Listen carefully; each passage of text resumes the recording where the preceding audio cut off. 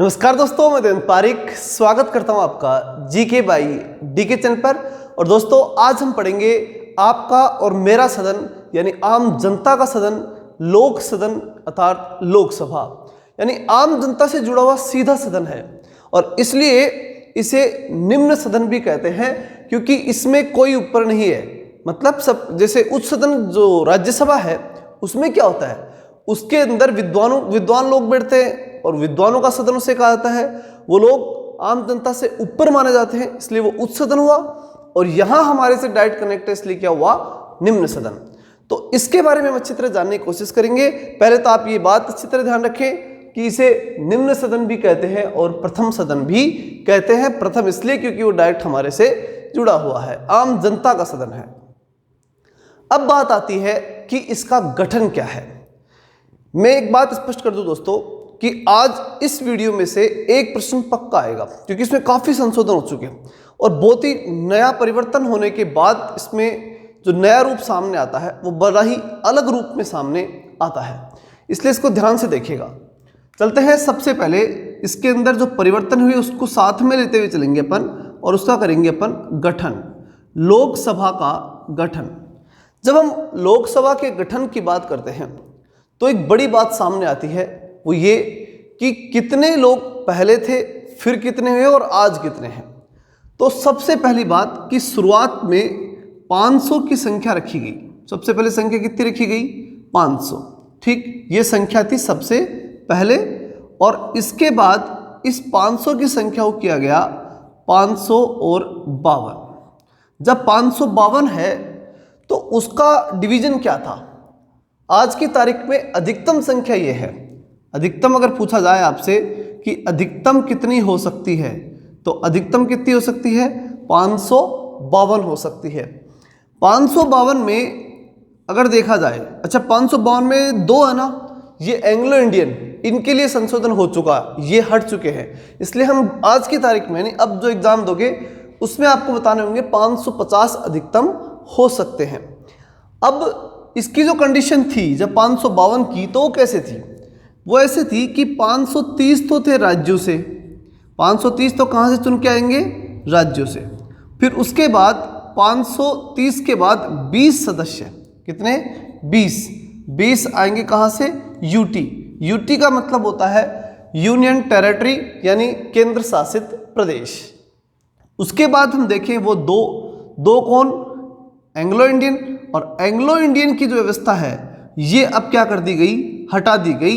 इसका मतलब ये हुआ कि अब इन दो को तो हम अधिकतम में भी काउंट नहीं करेंगे क्योंकि अब ये दो अधिकतम में नहीं आने वाले। जो संशोधन हुआ है 126वां संविधान संशोधन जो 104वें नंबर पर पारित हुआ है, ठीक, तो उसके तहत ये व्यवस्था अब पूरी तरह से समाप्त कर दी गई है।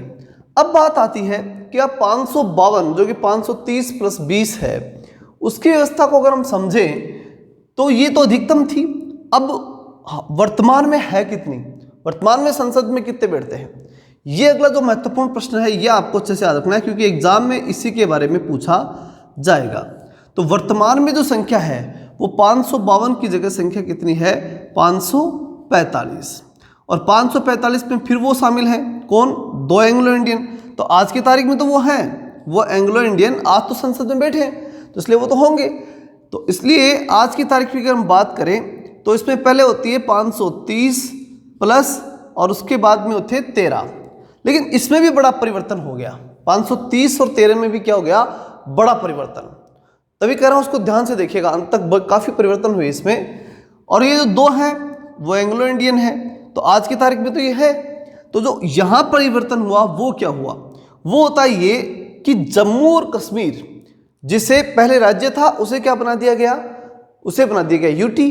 अब जब यूटी बना दी गई मतलब केंद्र शासित प्रदेश बना दिया गया जम्मू और कश्मीर तथा लद्दाख को, तो ऐसी स्थिति के अंदर अब हम जो 530 है ना उसकी जगह कितने लिखेंगे, इसमें से 6 निकालेंगे क्योंकि वो कहाँ जाएंगे, यहाँ। ये 530 तो क्या है, राज्यों से आते हैं और 13 कहाँ से आते हैं, केंद्र शासित से आते हैं। और केंद्र शासित जो हैं वो बन गए दो, और कौन कौन से, जम्मू कश्मीर और लद्दाख। और उनकी सीटें यानी जो 6 सीटें हैं वो यहाँ ट्रांसफर हो जाएंगी। ठीक, कितनी सीटें, 6। तो यहाँ तो माइनस करना पड़ेगा और यहाँ प्लस करना पड़ेगा। तो ऐसे में 530 में से अगर हम 6 निकाल देते हैं तो बच गए कितने, 524। और फिर उसके बाद इधर अगर हम जोड़ देते हैं तो ये हो गई 13 और 6 19, ठीक। तो ये 19 हो गए कहाँ पर, ये हो गए जो केंद्र शासित प्रदेश हैं उनमें। तो इस प्रकार जो है ये बड़ा परिवर्तन हमारे सामने आता है। और इस परिवर्तन को होने के बाद 524 राज्यों में और 19 केंद्र शासित प्रदेशों के अंदर सीटें हो गई। एंग्लो इंडियन के जो हैं वो आज की तारीख में बिल्कुल बराबर बरकरार है, किंतु अब वापस इनका कोई चुनाव नहीं होगा, जो है वो हो चुके। अब जो परिवर्तन हुआ, मतलब एंग्लो इंडियन को लेकर के जो संशोधन हुआ, वो आपको अच्छे से याद रखना है, वो मैं आगे बता दूंगा आपको, लेकिन एक बार इस बात को आप अच्छे से ध्यान में रखें। अब आगे क्या, ये अच्छी तरह याद रखना, पहले तो सबसे इंपॉर्टेंट तो यही है। देखिए वापस से देखिए एक बार, संख्या शुरुआत में कितनी थी, 500 थी, फिर कितनी की गई, 552 अधिकतम की गई, जिसमें 530 राज्यों से 20 यूटी और 2 एंग्लो इंडियन। वर्तमान में कितनी संख्या है, 545, जिसमें 530 राज्यों से 13 केंद्र शासित प्रदेशों से 2 एंग्लो इंडियन। अब क्या हुआ, जम्मू और कश्मीर और लद्दाख के कारण से यहाँ से 6 सीटें आप ट्रांसफर कर देंगे और 6 ट्रांसफर करने से ये परिवर्तन हमारे सामने आ जाता है। अब बात आती है कि इन सबको चुनने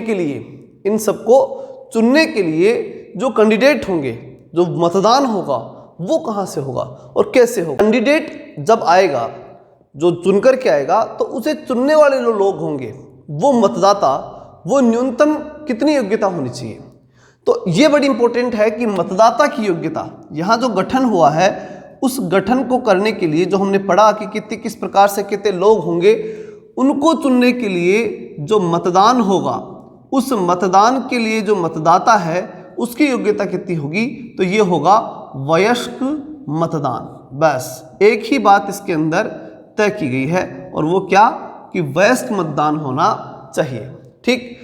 अब वयस्क मतदान की जब बात आती है तो ऐसी स्थिति के अंदर, यानी कितने को वयस्क मानेंगे आप, कितने उम्र को मानेंगे, तो पहले थी संख्या, पहले जो थी वो थी 21 वर्ष। अब उस 21 वर्ष को 61वें संविधान संशोधन, ध्यान से सुनना, 61वें संविधान संशोधन, और वो जो संशोधन हुआ, ये संशोधन कब हुआ, ये बड़ा इंपॉर्टेंट है, तो ये हुआ था 1989 में। तो 61वें संविधान संशोधन 1989 के अकॉर्डिंग इसकी जो एज है वो 21 से कितनी कर दी गई, 18 वर्ष कर दी गई। तो 18 वर्ष हो गई 21 वर्ष से, ठीक। तो इसमें कोई दिक्कत नहीं है। वयस्क मतदान था, वयस्क मतदान पहले एक वयस्क माना गया था 21 को, अब वयस्क कितना होगा, 18 वर्ष। और ये राजीव गांधी के समय बड़ा परिवर्तन किया गया। अब प्रश्न आता है कि ठीक है, आपने वयस्क मतदान के थ्रू ये भी तय कर लिया कि कितने मतदाता की स्थिति क्या होगी। अब बात आती है कि जो लोकसभा में आरक्षण की व्यवस्था क्या है, आरक्षण किस प्रकार से है, जो सदस्य टोटल चुने गए हैं उनमें आरक्षित सीटें किस प्रकार की हैं, ये बड़ा इंपॉर्टेंट है, इसको ध्यान से सुनिएगा। आरक्षण की जब बात आती है तो निश्चित रूप से आपके दिमाग में क्लियर है कि SC ST को आरक्षण होगा, ठीक। और जो एंग्लो इंडियन जो था, एंग्लो इंडियन जो इनका मनोनयन है, ठीक, ये भी इसी कैटेगरी में आता था। अब प्रश्न क्या होता है कि जो संशोधन आया था ना, कौन सा, जो मैंने भी थोड़ी देर पहले बताया था आपको, 126वां संविधान संशोधन, वापस से देखना इसको, संशोधन को, 126वां संविधान संशोधन था। और ये संशोधन पारित किस रूप में हुआ, 104वें संशोधन के रूप में पारित हुआ। तो ये चीज़ आपको ध्यान रखनी है, ये रखा गया था 126वें संविधान संशोधन के रूप में, और किस क्रम में पारित हुआ, 104वें संशोधन के रूप में ये पारित हुआ, मतलब क्रम इसका 104वां रहा। हालांकि नाम इसका क्या रहेगा, 126वां संविधान संशोधन ही रहेगा। अब हम देखते हैं इसमें कि इस संशोधन का इफेक्ट जो इसके ऊपर पड़ा, SC ST और एंग्लो इंडियन पे, वो क्या पड़ा। तो पहले तो ये देख लीजिए कि SC ST पे कोई फर्क नहीं पड़ा, ये तो यथावत है, इनका जो आरक्षण था वो क्लियरली वैसा का वैसा है, तो इसलिए इनको तो कोई दिक्कत नहीं है इससे। एंग्लो इंडियन के ऊपर फर्क पड़ गया इसका, ठीक, और वो पूरा ही पड़ गया। और इसके तहत एंग्लो इंडियन की जो संख्या है, जो 2 थी, 2 एंग्लो इंडियन जो चुने जाते थे वो समाप्त कर दिए गए, अर्थात अब एंग्लो इंडियन के नाम से भारत में कोई भी सीट नहीं भरी जाएगी। ये प्रावधान इसके अंतर्गत कर दिया गया। अब बात ये आती है कि फिर SC/ST जो है वो कितनी है, कितने लोग चुने जाते हैं SC/ST वाले।